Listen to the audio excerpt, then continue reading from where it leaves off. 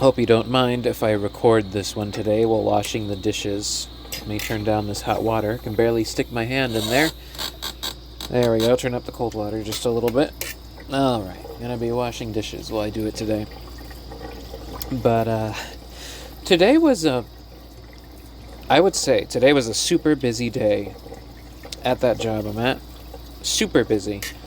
And, but I handled it very well, much better than even before. It was like all the goodwill and performance of yesterday, and I took it into today. I'm feeling really good about it. Got a lot of experience. Everyone's really working with me. No problems. Everyone feels comfortable kind of like telling me things and talking to me. And there were even a lot more moments where I felt a lot more cognizant of myself. I was talking about it yesterday, feeling disconnected, out of body, sort of watching myself. Today I felt a lot more present, but there were also a lot more moments of interaction today, I would say. But there were some weird moments too. And just some moments where, like, I thought about it for a second. I'm thinking to myself, have you ever had a moment where you do something, but you don't remember doing it? And I don't mean just like breathing or blinking or things like that, but I thought about it today.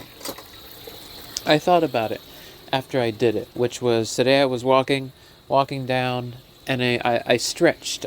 My back was like, ugh, so I had to do a quick stretch.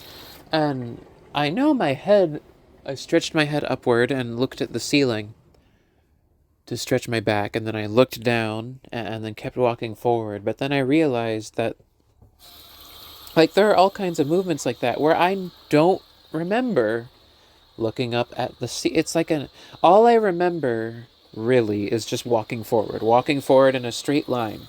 But I don't remember, and again, it's that thing of kind of feeling disconnected where there are these kind of like movements or actions.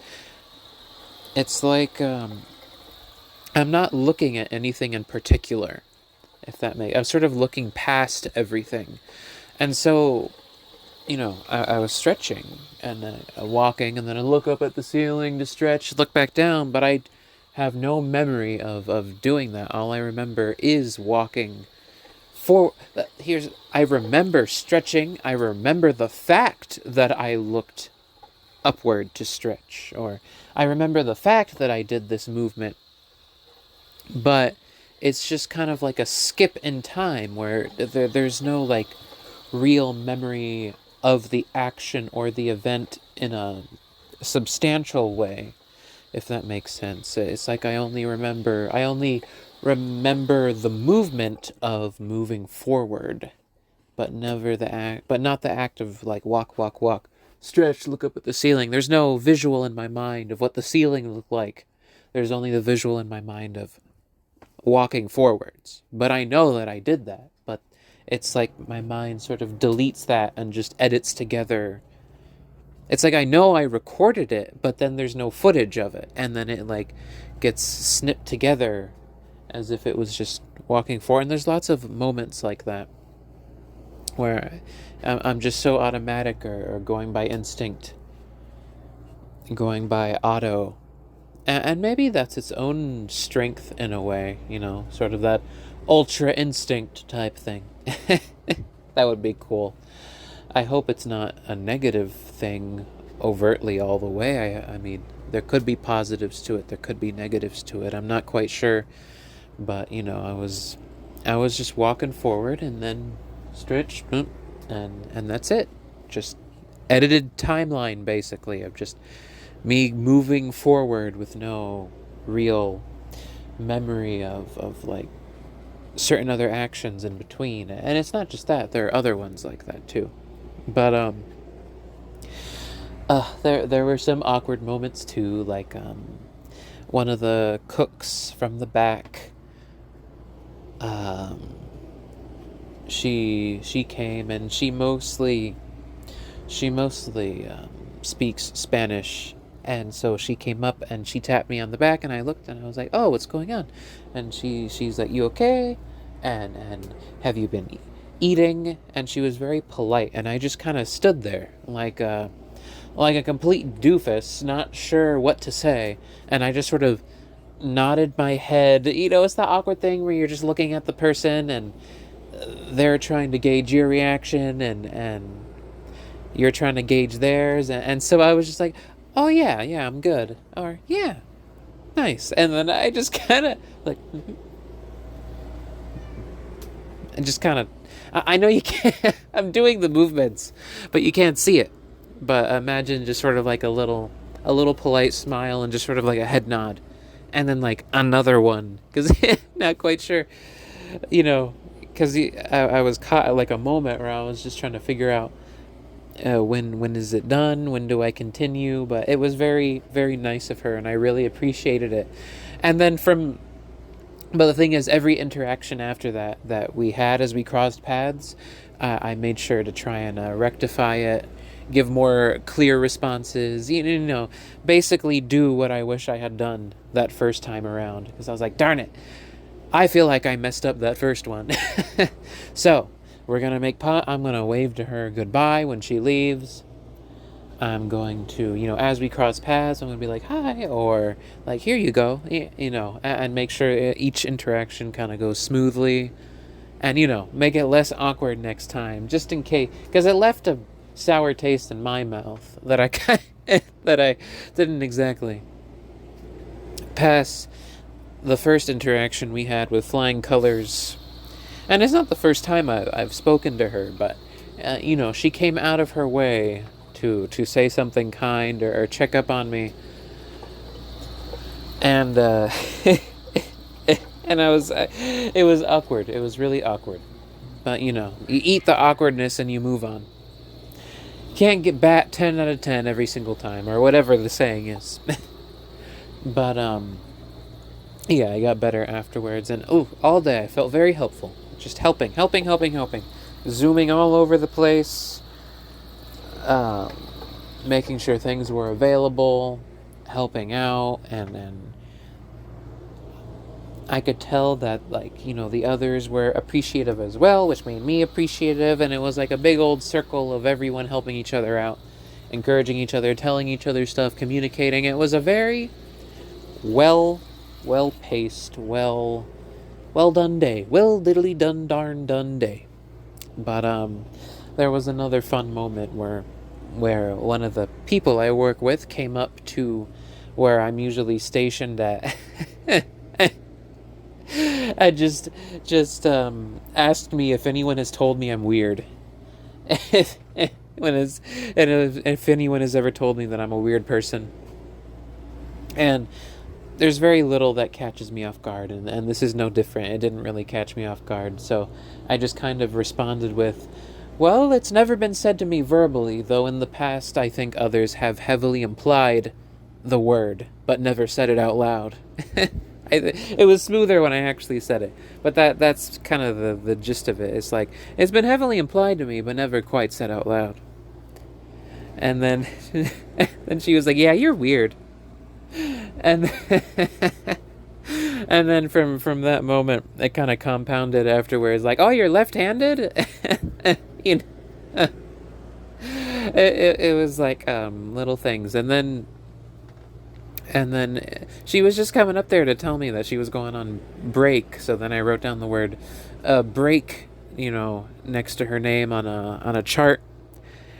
And then she told me that apparently I write backwards. That when she looked at my writing, and I wasn't quite sure what she meant, but apparently I write backwards. She was telling me, like, yeah, usually left to right, but you kind of write right to left. And I was like, really? I had no idea. And she demonstrated her handwriting, and then because apparently we have the same handedness, and so she demonstrated her writing after I showed my writing, and I couldn't exactly quite see it, but I could tell there was a slight difference. I think it's in the way that we start the letters, basically. So I start my letters from like the right side. Maybe that's it. I'd have to check, but I could tell there was like a slight difference. But it could be that I start my letters from the right and finish them on the left, whereas she starts her letters on the left and finishes them on the right. That could be. I'm not exactly sure myself. I'd have to go in and check. Or, something. Check myself. Now, I'm not going to make her write stuff. But yeah, it turned out very, very well. And pretty much just kept chugging along. My back, did take a lot of strain. It did push me quite a bit by the end. I was just kind of like, my limp was partly starting to activate. But, I made it through that. And, made it through the day, made it back home. And more of the other person, just want to get this poison out. This poison, because the other person always has a little poison jab. And these journals are to help me remove that so it doesn't stick with me. Stick in me, But, so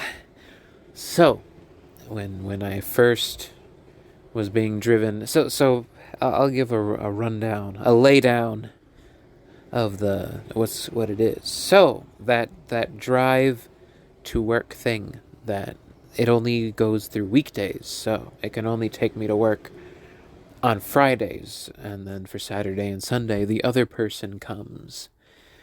And it's always, there's always a little something, a little jab, a little insult, a little something to throw at me.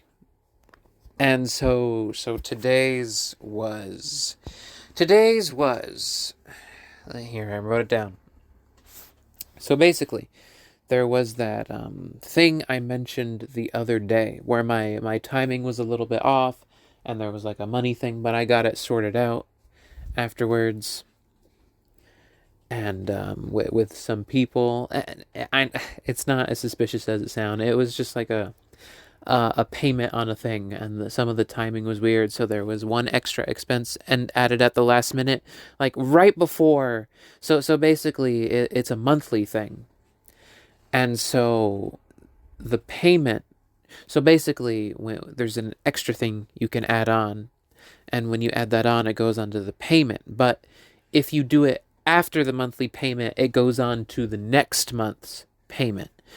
So the timing was so tight. It was a necessity to have to get this extra service for well-being and things like that here, a refill of a certain thing.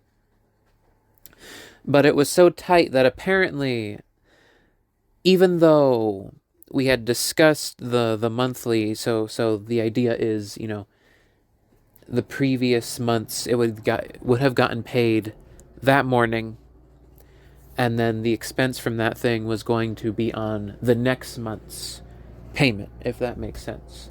So basically the timing was so tight that it ended up being before that day's payment by just like a few minutes. So it ended up getting added to that month's expense, and so quickly had to go and sort that out, basically.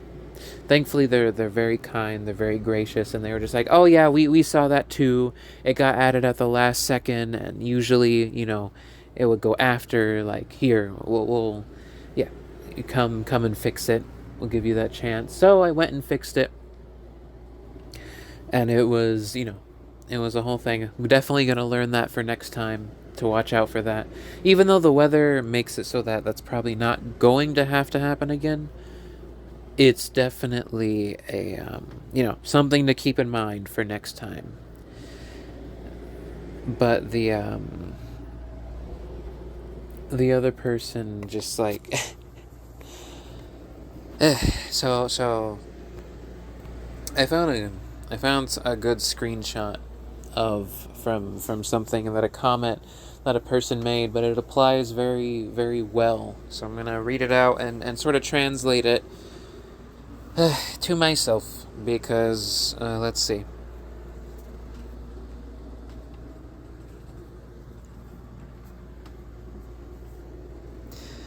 Basically, is it obvious by now? Should I just say it? Who the other person is? I think I'll just continue to say the other person for now, but it's probably very clear who the other person is. You could probably guess. But the other person basically sees me as useless, mentally impaired, um, mentally ill, unstable, incompetent, infantile, and all around just a generally bad person, if that makes sense. Which is the view afforded to anyone who does anything, who is the view of the other person has towards any. I'm trying to think of a good way to word it. It is the view, the label put upon anyone, afforded to anyone who does not do what the other person wants, or does what they like, or anything like that. And so, a common thing that the other person will do, sort of like a devil on the shoulder, is whisper in your ear that people will think you're incompetent, that you're mentally unstable, that you have a mental illness. You don't want them to think that you're unstable, do you? You don't want them to think that you're just a child, you're an infant, and I'm not. Again, I know it kind of sounds like that thing where it's like, oh, you're just taking someone's words and interpreting what you think they mean. No, I'm literally saying what the other person says. It is literally like a little devil whispering into the ear every time it happens. That's the closest comparison I can make. Like, what if other people... You want to convince everyone that you're competent, right? That you're a good person, that you have a good heart and a good mind. Yeah. Yeah. This is genuinely how the other person talks. And yeah. So the other person, I already said what they see me as. Incapable, useless, mentally unstable, mentally ill, some kind of disorder,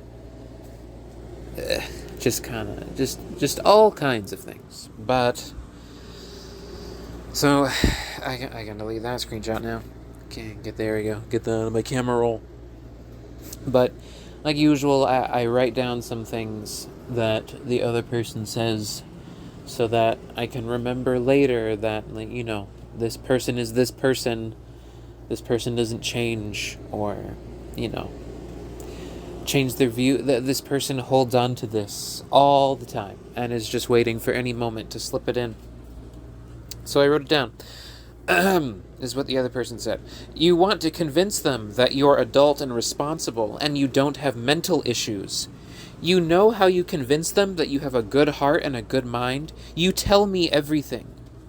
You want them to know you got this, don't you? You want them to think you have a stable mind and that you're a good person. But it's like the clearest... It's clearer than day. It's so clear it is beyond transparent that the other person, all she is talking about is... It's just herself. It's literally every emotion she feels, she's just projecting it onto everyone else. Try and create this is what the crowd thinks of you. This is what they're all saying behind your back. Try and create some authority, some power, project things onto everyone else. The Columbo quote that I said a long time ago. You have no conscience, limits your imagination. You can't imagine anyone else being any different than the way that you are.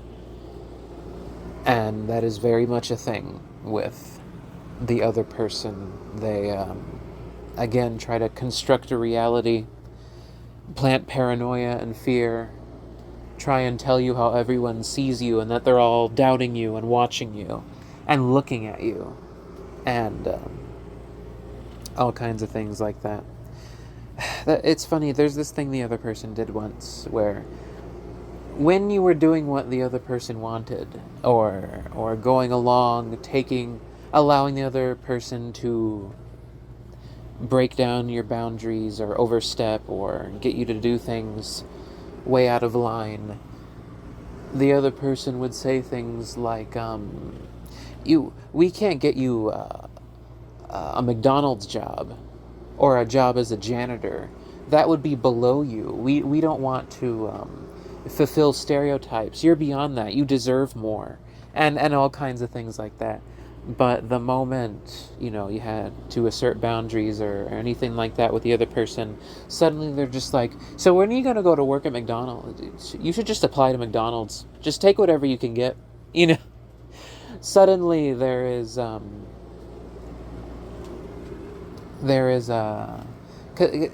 other person's the kind of person who's like, they think they're the ones who define your dignity. Not that you have inherent dignity, but that they get to decide whether you have dignity or not, or how much you have, or whether they're the ones who think they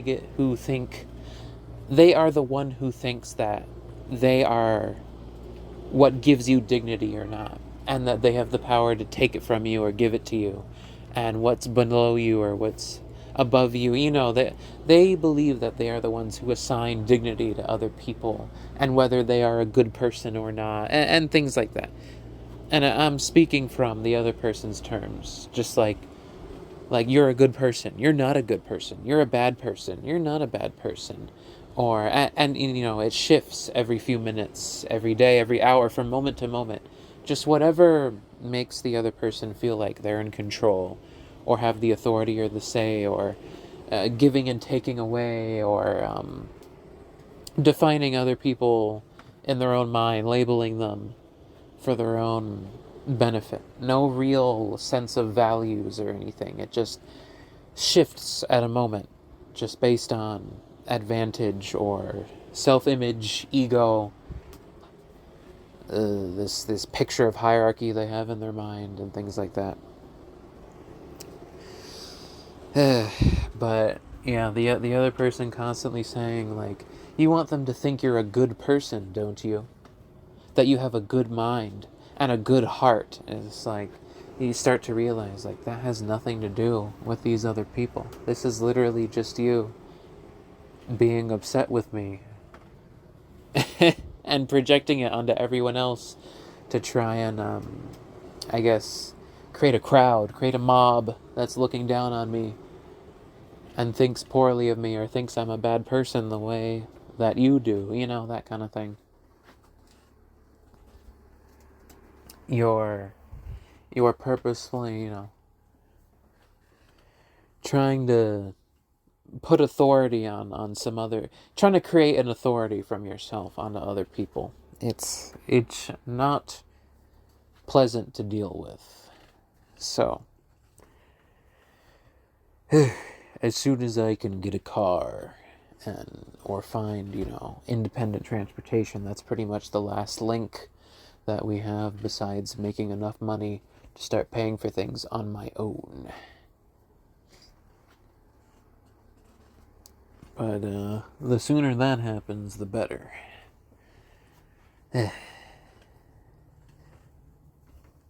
In a measured way, of course. I can handle this much for now. But eventually it's going to have to end. But I have become much happier ever since the other person abandoned us here and just left. Life has become a lot better, I will say. And I thought to myself, oh, and the other person, of course, did their usual thing. I was talking about, like, how that remote job that actually accepted me into a stage closer yesterday. And the other person was like, oh, really? What'd you get? And then the moment I mentioned to them what it was, well, those usually never work, right? Those like take forever. They could take years, and they'll never get back to you. And so he was like, I did it. They gave me like 50 steps, and they never did anything. And it completely fell apart, and I just had to give it up and move on. uh, so transparent, is so just immediately just like, oh, I see, okay, immediately just like, why are here's the thing about the other person, the kind of person that the other person is like, when the other person gets insistent about things, very insistent, you have to like start questioning why, what they're doing, why they want it to happen, what's going on.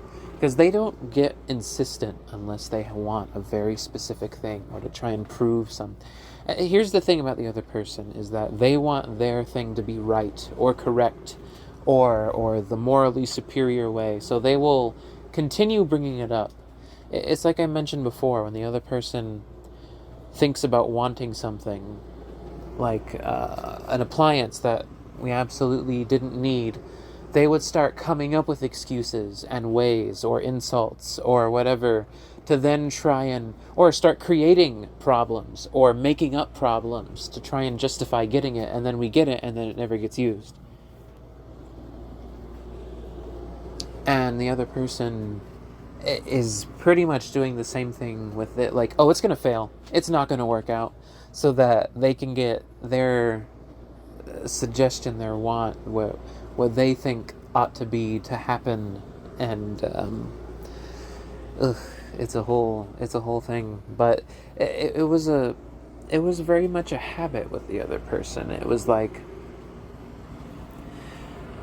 you can't, the other person was like, surface level acknowledge, like, yeah, I don't need it, I don't, blah blah blah, but I'm gonna get it because you suggested that I shouldn't have it. Basically, that was pretty much the other person's mindset.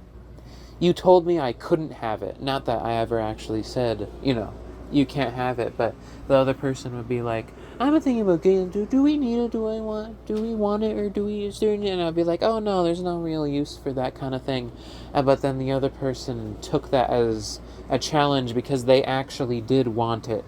They wanted it because they didn't have it. Not for any particular reason, but they had the inkling that they wanted it. The impulse that they wanted it. And so, suggesting that there was no reason or anything to get it or to have it then became so you're telling me I can't have something that I want, that kind of thing. Or it had to be my idea kind of thing. Like, there was a shirt once that the other person got, and the other person kept going like, I'm going to return this, I don't like it, I don't need it, I don't need it, I don't want it, and just kept complaining, but not returning it, but kept complaining, and then also wearing it. And so eventually, not that I was trying to manipulate, but the other person put it on, and I genuinely did think, like,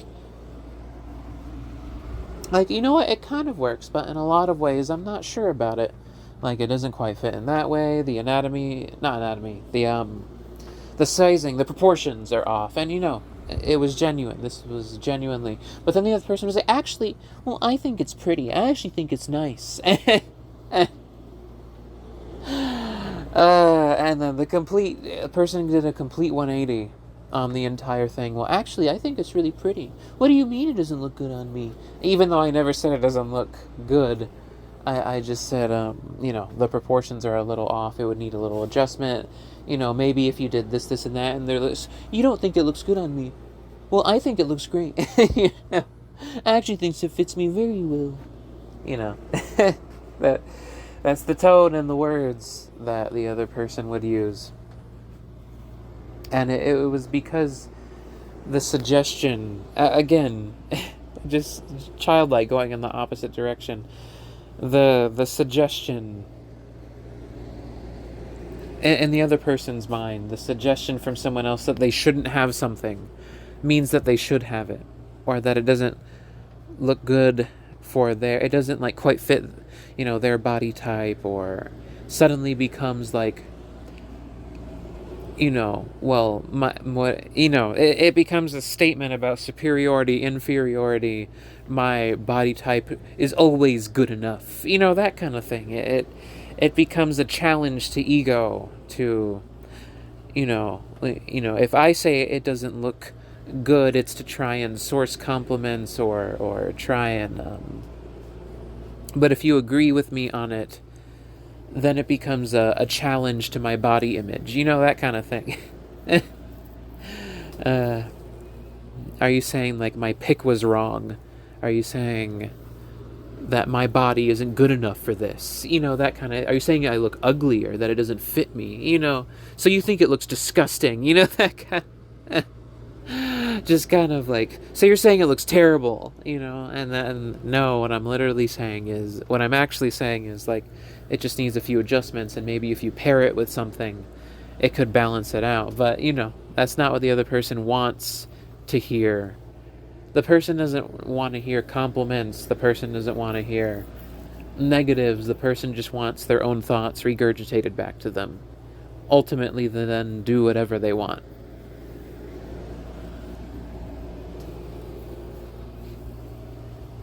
They just want to hear an echo, ultimately, to then do whatever they want anyway, without ever actually taking any suggestions. And I remember this one time, the other person just straight up told me to my face, like, I made a mistake asking you for any decisions or choices. I should just do everything on my own. I'm just going to make all the decisions from here on out. I've been putting too much on you, allowing you to also make decisions with me or asking you for anything.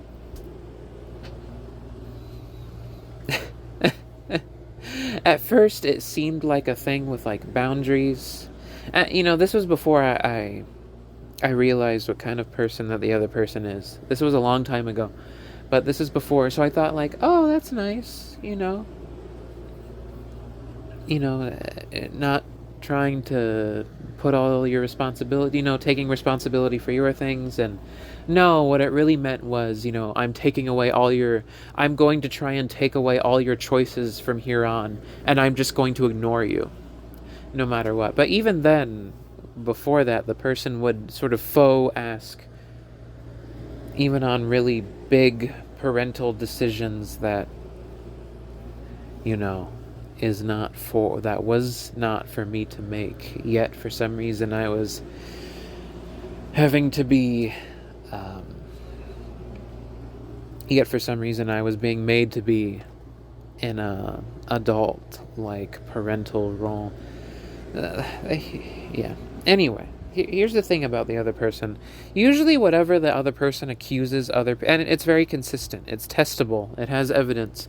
Usually whatever the other person accuses other people of is something that the other person themselves does. And it's very consistent. It's constantly across everything. Accusations, you just watch and wait for it, and you will see every action that the other person accuses others of. They almost immediately afterwards, will do it themselves. It's because they're just projecting and taking everything that they are inside, every way that they behave, and just putting it on everyone else, because they can't live in any other world besides that themselves, completely centered on them, everything. So everything reduced to copies and clones and projections of who the other person is.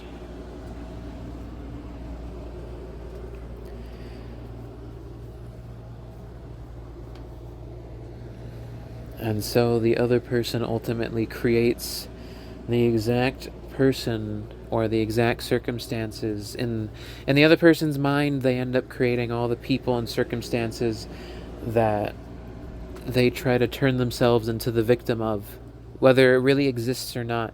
The thing is that the other person almost wants them to exist, wills them into existence, whether they really are there or not, because the other person wants to be the victim, the odd one out, the martyr, the special one. Jesus, Paul, the special sanctified one, persecuted by all else, even when no one else is coming after them or doing anything to them. That person wants that position. It is the kind of person who will support a broken, dysfunctional system if they can be around people that they can then make themselves feel like they are better than. So, going into places and dealing with horrible conditions or bad managers or whatever, and then seeing that it's bad, and then supporting it and defending it, so that they can be the one, so that they can say, like, look, I was the one who didn't complain. I was nice to that person when they yelled at and accused and mistreated me. Whereas all these other ones complained. I don't complain. I don't fight back. I'm the good one. That is the kind of person that the other person is.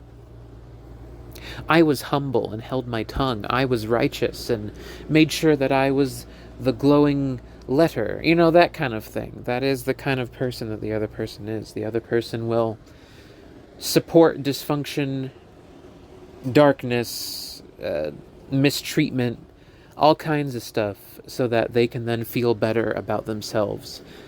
And, support slop and trash and junk, so that they can then stand in it, on top of it, and try and make themselves feel better. Purposely hang around people that they can then say, like, I'm better than these people, and then later say, I'm not judgmental, I'm not self-righteous, I'm actually an empath. I'm so in touch, I can feel everyone else's emotions. But the truth is that the other person only feels their own feelings and emotions and has no empathic connection and just projects those onto everyone else. So of course the other person knows what everyone else is feeling and thinking, because it's just their own thoughts and feelings. That's it. Just putting them onto someone else and then reading that from them even though it's not there. So, yeah. No, the other person is a very judgmental and self-righteous person. Incredibly so. To the nth degree. It is quite ridiculous, quite very self-centered, and yeah. But and I think to myself, like, well, are we gonna let the other person be right? We gotta prove them wrong and show that I'm not that person at all, and that I'm actually this and that, and, like, are we gonna do that? And I'm just like, no, I'm not gonna prove anything. I do not care what the other person thinks of me at all. I don't care what their opinion of me is. I don't care if they catch me while I'm napping, while I'm resting, while I'm working. I don't care. In the slightest. I am not going to live my life trying to prove anything to that person, because what's the point? There is nothing in that. One, I don't want to. I don't feel like it. I don't feel like it. That's not going to give me any peace of mind. It's not good for my heart, mind, body, soul. It's not good for any part of me. Second, even if I did try, it wouldn't do anything, because that person does not see anybody else besides themselves. They just want to be constantly praised, acclaimed, given kudos and congratulations, and being constantly admonished with nice, sweet tones, constantly controlling everything. Yeah, it's a whole thing. There's no point in that. There is absolutely none. There is no relationship to be gained from that. And I do not love the other person. I do not. I have not for a very, very long time. Yeah. I do not. I love Gon. I love Killua. And I love the other three. And I call them the other three mainly for privacy. I already named Gon and Killua, but I don't want to go any further and name the other three. Although I'm sure I've said their names previously, but I just want to be careful, and not name the other three. Just leave that be, as much as I can, even though I'm not always perfect at it, and sometimes I slip. Yeah. But,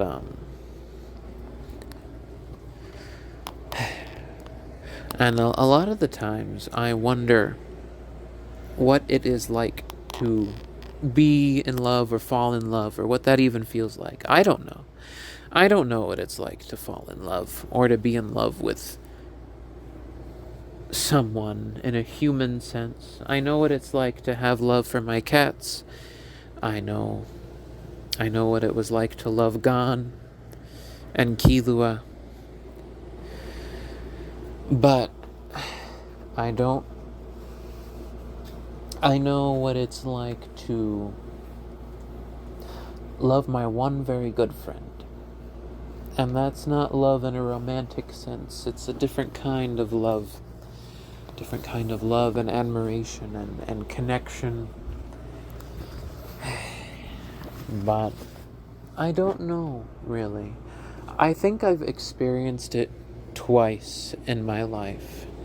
And they were both in dreams with completely fake, fictional people. But for just those 2 dreams that I had twice in my life, I think that I felt what it was like to be in love with someone in a, can I be with you? Can I stay with you? Can we be together? And just, please don't leave. Don't go. I want you to stay and just like be around me. And I want to be around you. That kind of, not in a friendship way, more than that, in that kind of like, in that more what's the word? Intimate kind of love. But even beyond, there are levels of intimate love that are still between friends. But I think even beyond that,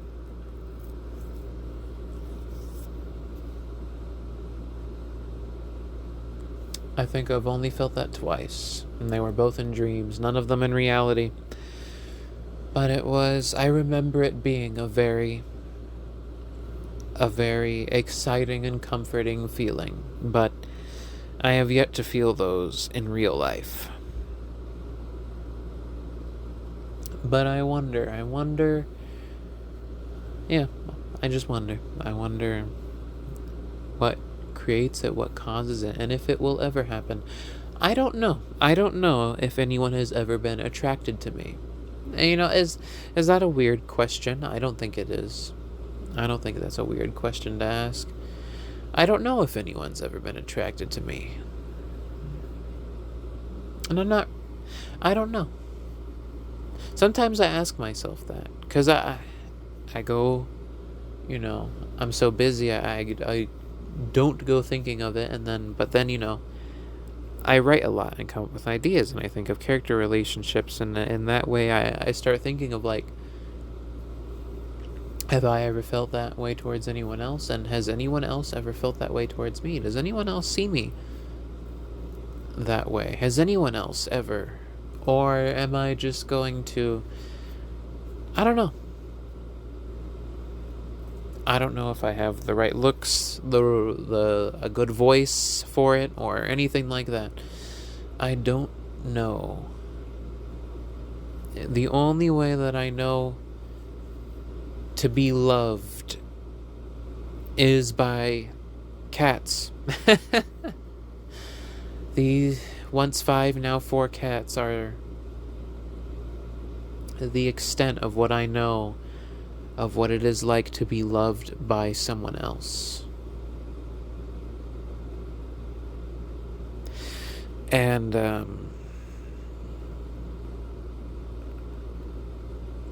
it's different from my one very good friend. That's more of like friendship type love, but I'm talking about a different kind.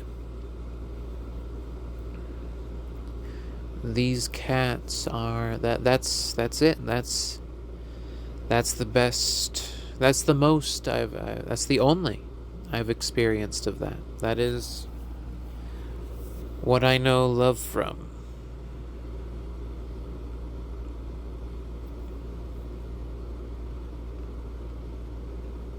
At this point now in my life where I'm at, I have no family. Maybe that's the closest to it. Familial love is but a little more than that with the cats. It's more than just that. It's a bonded trust, even though, there's a certain level we can't reach because I can't conversate with them.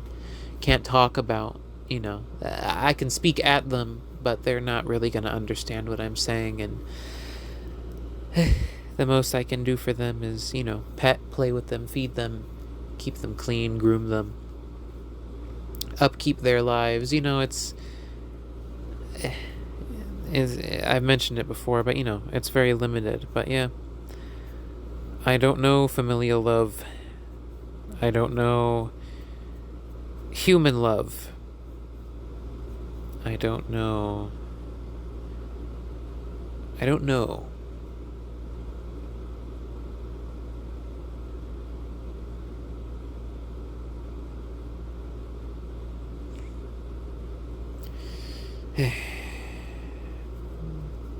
I know human love in one way, through friendship, almost brotherliness, but I mean in a more like personal, intimate, physical. Physical is in like physically being around each other, that kind of thing. It's different than speaking through an app or voice chatting all the time. And well, not all the time, but voice chatting is all that we have to communicate with text and voice chat, that kind of thing. But yeah, so I wonder about that a lot. I wonder about it quite a bit. I wonder what it feels like. I wonder what it's like. I don't know what it's like.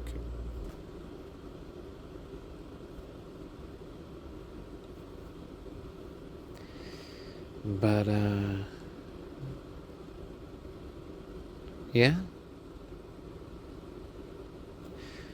You'd be surprised how being abandoned by one's own mother is not so bad. Is not so bad at all.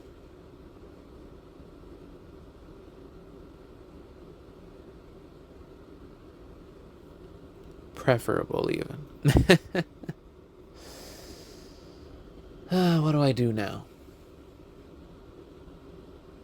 I'm trying to figure it out. When I started these journals, I asked, what do I do? And my answer was just, I don't know. But at least I can say now, what do I do? I'm trying to figure it out. I am.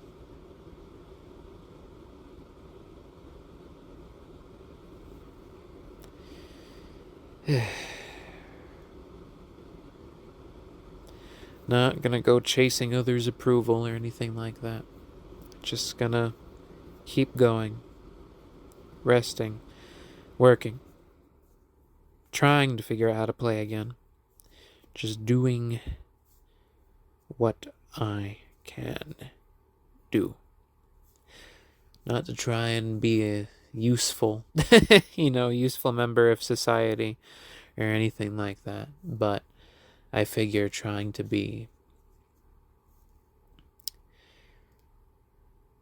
live in a whole and fulfilling kind of way is naturally gonna lead to that. I mean, maybe it depends on the person. Not everyone who says something, it doesn't mean the same thing for every person. One thing I think about a lot is like the whole pandemic of Marvel style writing, the whole Joss Whedon, for goodness sakes, make a joke. And you know what? For Joss Whedon, that worked because he knew what that meant to him.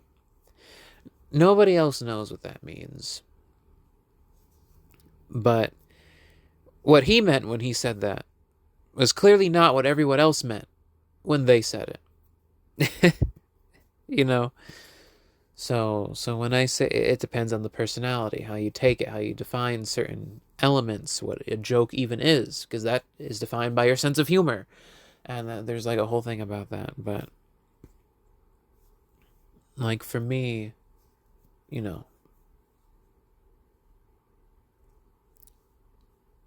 not trying to be useful, not trying to be a productive member of society, not trying to measure my worth by how useful I am to other people or necessarily even to myself, but just trying to live in a more whole, fulfilled, interesting way. Security, safety, a stable environment, I think for me and my personality, that usually ends up translating into, like with my work, with the work I've been doing, helping to upkeep and support all these other people. Because as I mentioned it before, when I support them, it is supporting me. I'm not doing it for them, though it does feel good to do it, but I'm doing it because it also helps to keep, my position surviving. The balance of selfish and selfless, but I don't think being selfish is necessarily all that bad. Selfish is not an inherently bad word. It doesn't carry an inherently negative meaning. It can come out in a lot of different ways. And there's ultimately a moment, where I have to let them do their jobs and let me do my job. I help them to my ability, but I have a limit about what I'm willing to do. The main core of it is that,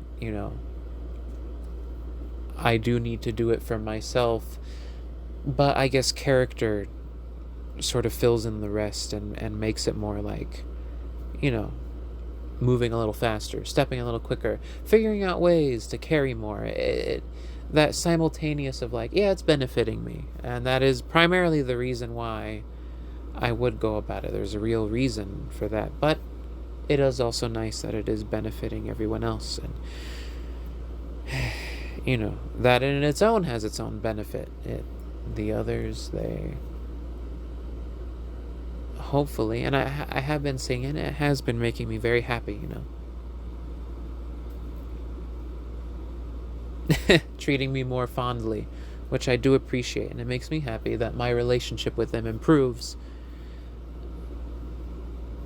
Everything's kind of that balance of like true appreciation, but also understanding, the mechanical bit of it. And I've grown up my whole life having to navigate another person and figuring out behavior. So no matter what I do, there is a part of me that's always calculating it in a more mechanical way of just the social benefit and doing this and that, but also recognizing the other people as people with their own personalities, with their own behaviors, with their own wants, desires, and interests, and seeing other people as people, which excites me as well. I think I like that. And today, that was something that I was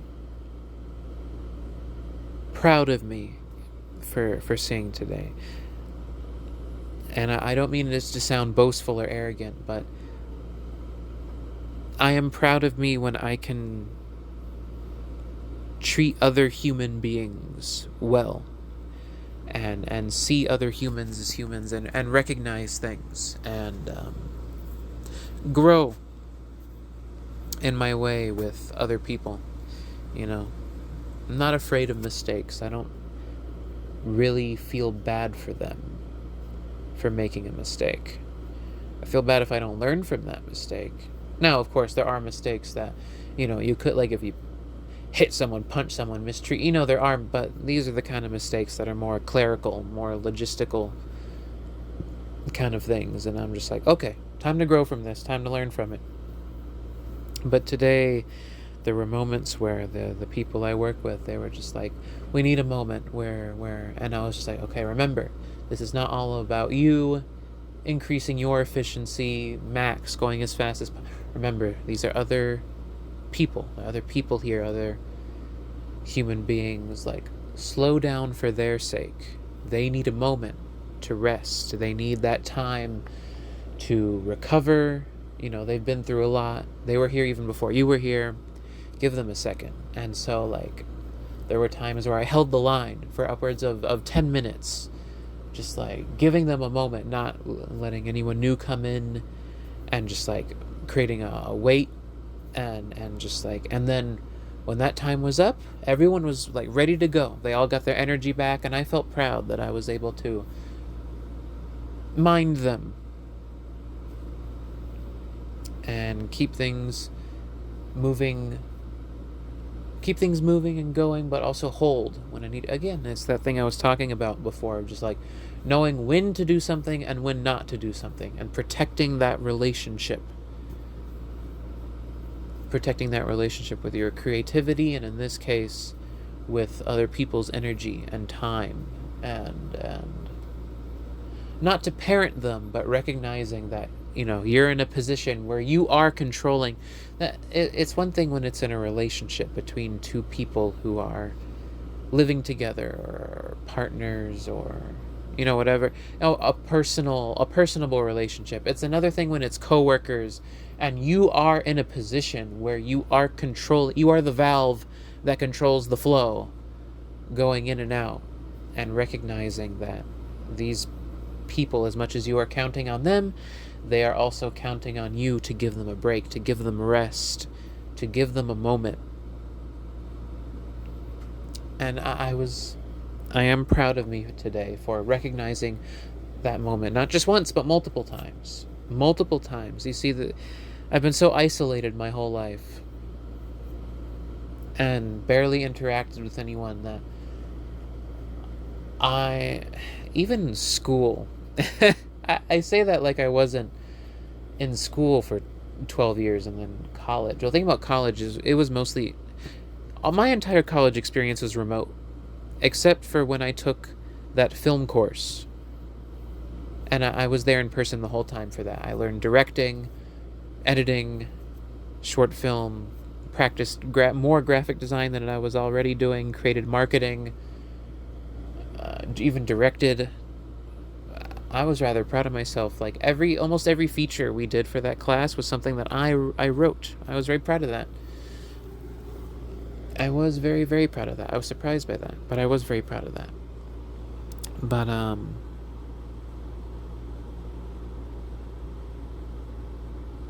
don't think I was great. I'm not saying I was good, but I am just proud that my name was on each of the things that we produced. That did make me happy. But I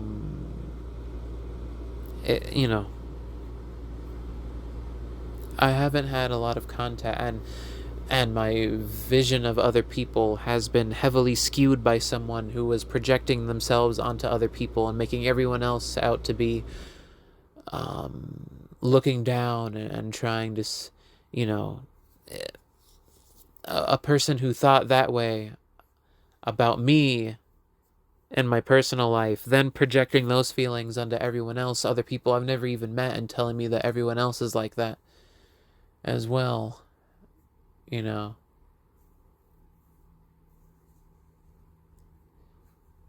Taking what they felt about me and making it so that everyone else, as far as I knew, everyone else thinks of me the exact same way that they do.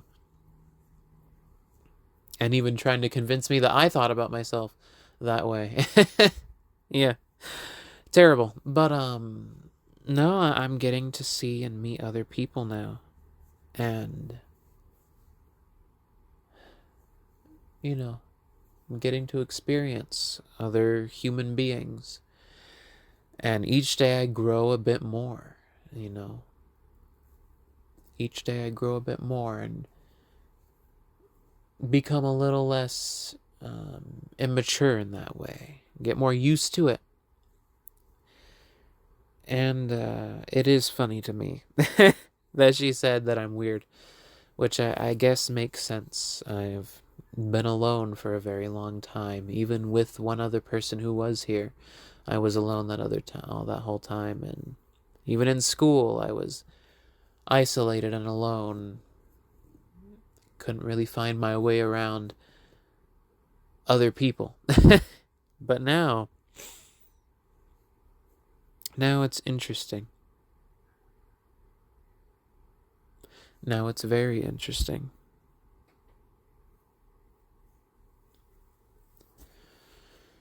And, yeah. I hope things turn out well. I want things to turn out well. I want to be safe. I want to be safe, and I want to be safe and strong but gentle.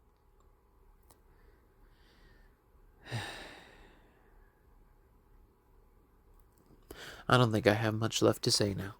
So, I'll just go ahead and stop talking for this journal and